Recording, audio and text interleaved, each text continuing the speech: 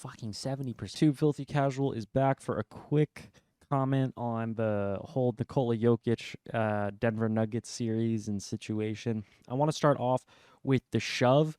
Really out of line by Jokic.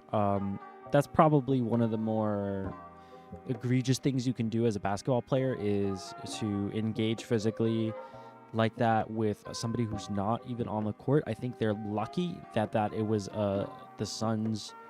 I think it was president or owner or something to that effect. I forget, but he was part of the upper echelon of the Suns team, and had that been a fan, that would have been really, really not okay. I don't think he was like withholding the ball from him in any kind of significant capacity. I think he was holding it because there was a guy had just fallen, and in his mind, he's like looking at, I think it was Devin Booker. He's just like, oh, he fell. Is he okay? And Jokic just comes over, snatches the ball, to which the guy takes offense to, and Jokic just like shoves him, and totally unacceptable. And I think he should be suspended for it. Whether or not he will be suspended is another matter. Yes, it's the playoffs. I'd rather see him play, and I'd rather him not get suspended. But I think for his actions, that should warrant a suspension in most cases. That is my stance on it. Now to move on from that, because let's be real, these games have been really quite good. I think Devin Booker and Kevin Durant have really gone absolutely ballistic this series, especially Devin Booker. I think he's like averaging 40 or something. Like, the dude's going super nuts. And I don't really know if the Nuggets have anybody who can guard him, like, at all. And that is something that I think is going to bite them. And I think everybody kind of commented that the defense for the Nuggets was not going to necessarily be something that was going to do them any favors in the playoffs. But I think everybody expected it to be a lot of, Jokic being called into the high pick and roll, which, let's be real, that has happened a couple times. There's definitely been plays where I've been like, holy crap, Jokic just like had this crazy floater, hook shot, turnaround thing on the offensive end. Look how amazing he is. He just had a pass, and then he goes on the defensive end, and there's a layup, and Jokic doesn't even jump. He just kind of like stares at it, and you're like, dude, just like hop like this much and contest the shot. Doesn't do it. There's no explanation for it other than that he just doesn't want to. It's an effort thing, honestly. I mean, because it's not anything other than like, yeah, like you're not gonna block every shot, but we're not, and people aren't asking you to block shots. People are asking you to contest shots, which he just doesn't do if the player jumps before him. He just doesn't. So interesting thing on that.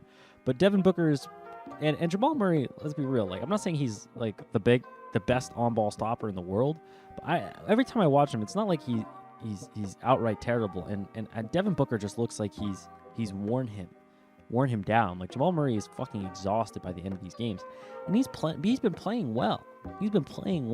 Like, I think in game 1, like, Jamal Murray was like locking Devin Booker shit up or something. And he made it hard on him. Obviously, towards the end of the game, Devin Booker still scored a ton of points. Like, Devin Booker's that dude. He's gonna score no matter what you do. And I'm interested in if this could be the closest thing we've seen to the 2016 finals, where two guys in 2016 it was Kyrie and LeBron, and in this series it's Booker and KD. Are those two guys really just going to backpack the shit out of this team and take them in the next round? Because for me, like, I always thought to myself, okay, well, they've clearly got the better of the two teams, right? They've clearly got the better of the two teams on the Nuggets. They have a better bench. They have more guys who can contribute on a night-to-night basis, and they have an offensive scheme that allows them to step up. While the Suns, it's pretty much just like, hey, Devin Booker and KD are gonna have to beat us. Chris Paul going out is definitely limits their offensive variety. But I mean, if you're gonna be shooting like fucking 70% from the field, like on a night-to-night basis, like, doesn't really matter what else that you got offensively, because that's amazing an efficient offense that's going to carry you. And I think what's been most astounding is that despite these performances, they've barely been winning. Like, the Nuggets have been right there. Like, they've been single digits for the majority of these games. And, like, damn, it really just comes down to the wire. And we had some really good games between these two teams. This has been the matchup of the second round so far. I think everybody was hoping that Lakers-Warriors was going to be more close as opposed to close game, blah, blah, blah, right? So we'll hopefully that other series we'll step it up. I'll get to those two teams in a second. But I think the thing that I noticed the most for the Nuggets is that they seem more than content to let Campaign shoot, which, I mean, he's a solid shooter, but, like, yeah, he's got a super wonky release. And if you're the Nuggets, I think you got to live with that. Hopefully not just giving him open looks from the corners, but, like, they've been helping off one pass away on Booker and KD, and neither of them are good passers. So there's a lot of plays where those don't really come back to bite them. And as the series goes on, I wonder if they're going to notice it more, because they'll be helping off one pass away. They'll be helping off KD. They'll be helping off Booker. And I think it's interesting that they're doing that. And I think that's also partly why KD and Booker have been getting the points they've been getting, right? Like, but they're also just taking a ton of contested shots. And it's like, I don't know how sustainable it is, but I hope it is, because I want this series to be a slugfest. And my original pick was the Nuggets. I still feel like they should win, but I would love to see the Suns take it down, just because Booker has been one of the best players in the playoffs, and KD somehow is looking like the second best player on the team, even though he's been incredible. So, I mean, props to Booker for having that dog in him, and props to the Suns for showing a lot of resilience despite another Chris Paul groin injury. Also, Ayton, kind of disappointing. Not that I expected him to be particularly good against Jokic, but also very disappointing. Moving on. I think with the Lakers-Warriors thing, the disparity in the free throws, I think, is the big thing. I think a lot of people are saying, like, either, oh no, this is just what the Lakers do, or they're saying, oh no, like the refs are clearly, like, favoring. I personally think that the whistle has been blown at a disparity that is kind of a little bit ridiculous. Not to say that refs don't miss stuff, but there's a lot of very clear fouls that happen on the Warriors that didn't get called. And to be fair, same thing happened to the Lakers.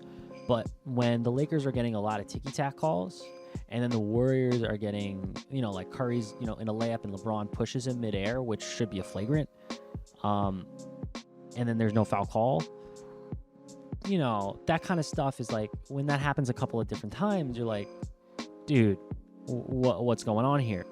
Obviously, I don't think it's intentional. I don't think the NBA is rigging it. I think it's just, like, people missing calls, which happens. But when the disparity is that big, especially when Dennis Schroeder's taking, 10 free throws in a game, like, that's kind of nuts.